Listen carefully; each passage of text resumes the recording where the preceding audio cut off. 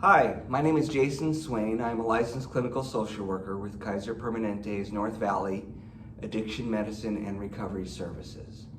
Today, we want to bring you a brief presentation on chemical dependency as a disease, the disease concept of chemical dependency, and what makes it similar to other diseases.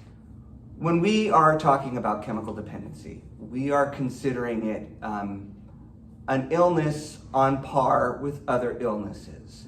There are a lot of similarities between chemical dependency and, let's say, diabetes, asthma, hypertension. These conditions share very similar symptoms. They are progressive conditions. Quite often they're listed as the primary illness. There may be other illnesses, but it is listed as the primary concern. Unless some of these illnesses are addressed, there is little progress on additional problems in one's life. These conditions can be potentially fatal. They can result in impaired control. They can result in adverse consequences. And these conditions also seem to share in common an element of denial. A person with a diabetic condition can choose to not check their blood levels. They can choose to eat foods that they know are going to cause a problem for them. They can back off of utilizing other behavioral approaches that could help them. So when we're looking at the disease concept of addiction, we're considering substance use problems, obsession about a substance, compulsion to use that substance, be very similar to a lot of other conditions that people have to contend with. When we're talking about asthma, diabetes, hypertension, there are so many similarities across the board. It can be very problematic for a number of family members that are also trying to reinforce change in the individual that has the medical condition.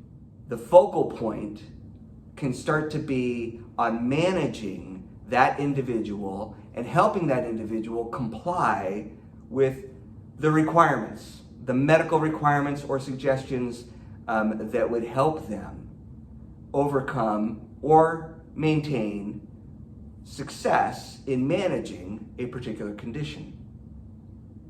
If we consider these conditions across the board, again, a lot of commonalities are held in common. These are typically progressive conditions. They seem to get worse if untreated and unchecked. They are chronic. They are all potentially fatal. The disease itself can be arrested. The condition can be halted. And additionally, there may not necessarily be a cure. Continued success might occur through maintaining behavioral changes, not just a one-time dramatic overhaul, but continual, sustained efforts. Treatment typically involves behavior modification for all of these illnesses: asthma, hypertension, diabetes, and chemical dependency.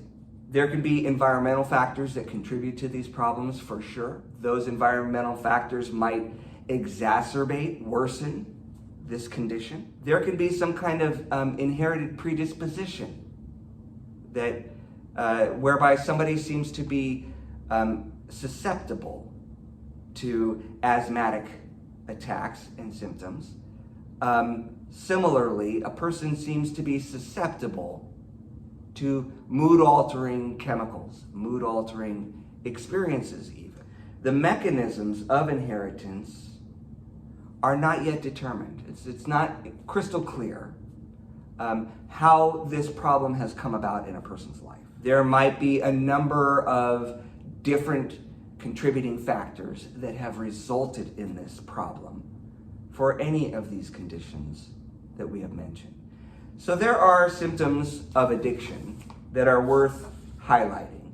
that are a bit unique to chemical dependency issues. Such symptoms would be things like a strong anticipation of the rewarding experience that would come from using mind-altering chemicals or substances. There can be a preoccupation with this addictive agent. It dominates one's entire thought process through the day. There can be also an increased tolerance of this addictive agent, loss of control over it, problems with work or school, attempts to exert control, a lack of concentration, blaming, sneaking, hiding, anger, resentment, aggression. These things start to come out of being obsessed and compelled to use. There can be a loss of change in friends. Customarily, many mechanisms of denial are utilized. There can also be personality changes and mood swings, whereby, for instance, an individual under the roof is seemingly normal when the children come home from school or when that parent returns home from work. But then over the course of the evening, that individual changes. Their personality changes. It's very disorienting for all the other family members. Very, very difficult coping skills are utilized in those family systems. More on that will be coming in other videos. There are, of course, physical symptoms of withdrawal, physical symptoms of cravings.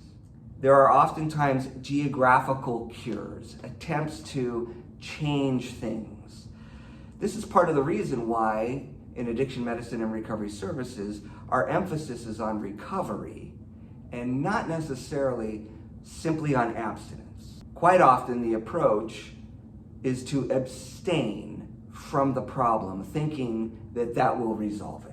For instance, a person might think, I need to abstain from that part of town. I need to move and relocate across the country. I need to not be around those people in order to avoid the triggers, the desires, the opportunities to drink or use. And though that might work for a time period, quite often abstinence is not enough. However, quite often recovery is. Recovery seems to make the biggest difference for individuals. And what does recovery look like? Well, more will come in other videos on that subject, but recovery involves coming out of one's disease. That can involve connections primarily. Connections with fellowship, such as Alcoholics Anonymous, Narcotics Anonymous, Smart Recovery, Life Ring, a number of organizations that can offer support. Connection can also involve church or synagogue participation, an environment where you are consistently showing up and maintaining a connection. It could even be at a yoga studio that you feel like you're able to make commitments to be at a certain class every week. You start to get to know people. You maintain those connections. In Alcoholics Anonymous and Narcotics Anonymous, there's an entire 12-step format for people to start to unpack the desires, the reasons why they have the desires to drink, use, what their triggers are, what the underlying causes and conditions are. There is an old archery term that I think applies to this situation. The archery term is that if you aim at nothing, you're bound to hit it every time. And what that implies to me is that abstinence gives you an idea of what you want to avoid, but unfortunately, it doesn't give you a target that starts to materialize for you. It doesn't give you a sense of what you're going for. You only know what to avoid. I've often said that many addicts and alcoholics have a measuring stick for misery. So they know what they want to avoid, but they don't have necessarily a measuring stick for how wonderful their life truly could be without chemicals involved. Sometimes a life without chemicals involved seems really, unfortunately, dismal, and many addicts, alcoholics cannot be very motivated and passionate about life when they think about what their future might look like without mood-altering and mind-altering opportunities. A program of recovery offers more than an adequate substitute. It offers a whole different element of motivation and passion for life that is truly invigorating. However, the difficulty here is that we are asking individuals that have no frame of reference, they have no target, to be open-minded at developing a target, being open-minded to the possibility of things getting infinitely better than they would have otherwise. It takes a lot of faith for a person with chemical dependency issues to move away from all of the difficulties and tragedies and start to believe that their life could be better if they applied different principles, different attitudes, different pursuits. There is a very helpful concept in addiction recovery regarding what is referred to as the Jelinek curve. The Jelinek curve shows individuals quite often what it looks like to descend into the pit of addiction and how to ascend out of it. So quite often people can relate to entering into this problem with substance use. It starts with occasional recreational use. It might be enjoyable. There might be no consequences. It can result in pleasurable events and highlights in a person's life. However, if a person starts to develop a dependence upon that chemical in order to enjoy life, they start to use it more often. And as they start to use it more often, they might start to lose control. They might decide, I'm not going to drink on this occasion, and then they end up drinking. They might bargain with themselves, I'm only going to drink this much. They might end up drinking twice that amount or 3 times that amount. So a person can start to move beyond this and downward by a number of hallmark choices and experiences. For instance, a person can start to experience blackouts where they can't recall events specifically the night before. There can be feelings of guilt, remorse, shame. There can be experiences of attempting to control the substance use, but finding out that the substance use is actually controlling you. Work, money troubles can start to ensue. People can start to experience physical withdrawal symptoms that are extreme. They can experience tremors in the morning without alcohol. They can experience all of the withdrawal symptoms that come with abstaining from opiate use that would propel a person back to using opiates. Families, of course, become recipients, unfortunately, of a lot of the damage that a person is doing to themselves. There can be moral deterioration, physical deterioration, impaired thinking, all of those things. In Narcotics Anonymous, many people have referred to their substance use experience as starting as fun, and then eventually coming to a place of fun with consequences.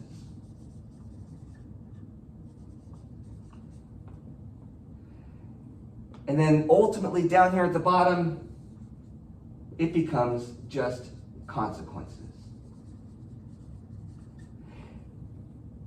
That's usually the point where a person starts to realize that they need help. They need help with their substance use problem. They have tried repeatedly to halt their substance use problem, to no success. So they might start to realize that they need help in order to move out of this. And the journey out of this also has very similar, or very different, I should say, very different hallmarks of progress. First, of course, it must start with a desire to help. It also continues from there with some education to even realize that their condition is not a uniquely moral condition, but it is a condition that coexists with many other medical problems that people attempt to manage throughout their lives. They can start to meet other people with this condition and discover that they are not alone. They can start to experience hope. A lot of times people can start out attending a group therapy format.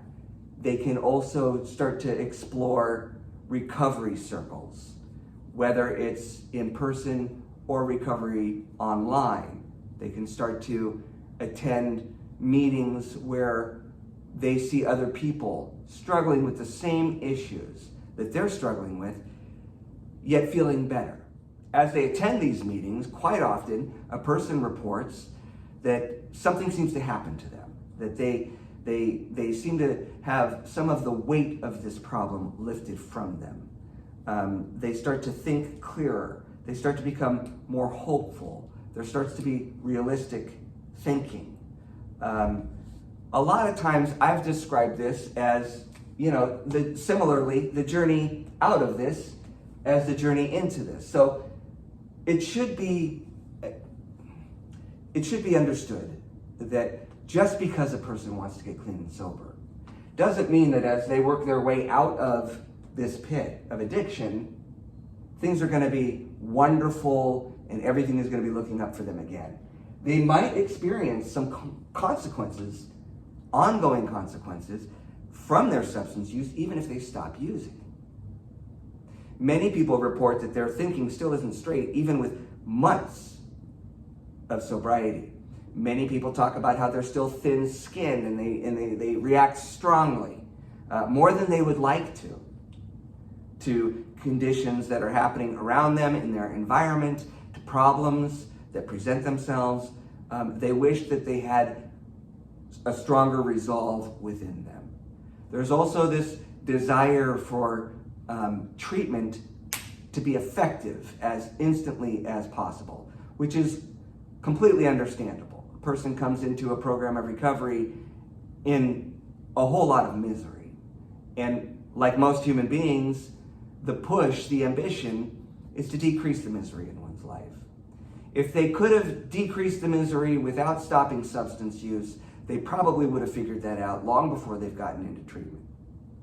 But as a person shows up into treatment, they come to see that just because they've stopped using or drinking, they're still having to deal with difficulties and struggles with maintaining a good attitude and a hopeful outlook. There's a lot of work ahead. So quite often, a person is simply, in the beginning stages of their recovery journey, coming out of consequences. There might not be a whole lot of fun happening for a person. However, many people are surprised to discover that perhaps after some time, 6 weeks, 8 weeks, they start to enter into this period of fun and consequences. Meaning, they're still experiencing consequences from their substance use over many years, but they're surprised by fun being added to the situation. They're surprised by joy that starts to occur for them. They surprise themselves with being able to solve a problem that used to immobilize them. They become very excited about many aspects of life and being alive. However, there are still a number of consequences. Family members still might have a very difficult time trusting them again. They still might be working out problems at work that were a result of their substance use. There can be a number of consequences that a person is still hammering out at this phase of their recovery process. However, quite often a person is experiencing these occasions of fun, these occasions of feeling that they can do this, hopeful, optimistic, invigorated. And I have to say, having been in this field for some time, it is amazing to me how many people wind up over here. Again, with an experience of fun, laughter. Many recovery circles refer to this as happy, joyous, and free. And it is a wonderful way of life. But it's going to take a lot of work to get there. And sometimes it can be helpful to just know that at the onset, I'm still going to be dealing with a lot of consequences from my substance use, but I am committed. I have to do things differently. Perhaps that motivation can bring you to a place of experiencing consequences with some fun put in there. But if you ask around at your meetings what people's experience is like with some time clean and sober, they are all talking about how fun, happy, and joyous they can be. And it is surprising to them all.